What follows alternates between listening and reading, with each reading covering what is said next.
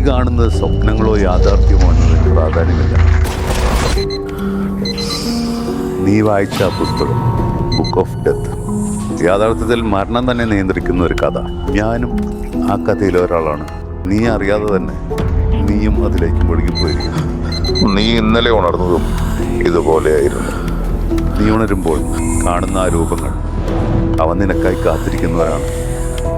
അവരുടെ കാത്തിരിപ്പ് നിന്റെ മരണത്തിനാണ്.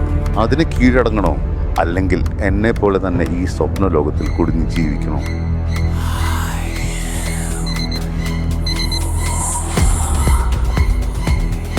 ഇതിൽ നിന്ന് രക്ഷപ്പെടാൻ നിനക്കൊരു വഴിയേ ഉള്ളൂ. ഉറങ്ങുക. തിരികെ എഴുന്നേൽക്കാൻ കഴിയാത്ത വിധം ഉറങ്ങുക.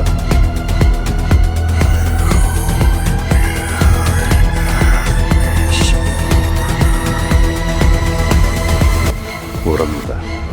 സ്വപ്നലോകം തന്നെയാണ് നിന്റെ യാഥാർത്ഥ്യമെന്ന് മനസ്സിലാക്കി അവിടെ ജീവിക്കുക. തിരഞ്ഞെടുപ്പ് ഇപ്പോൾ നിന്റേതാണ്.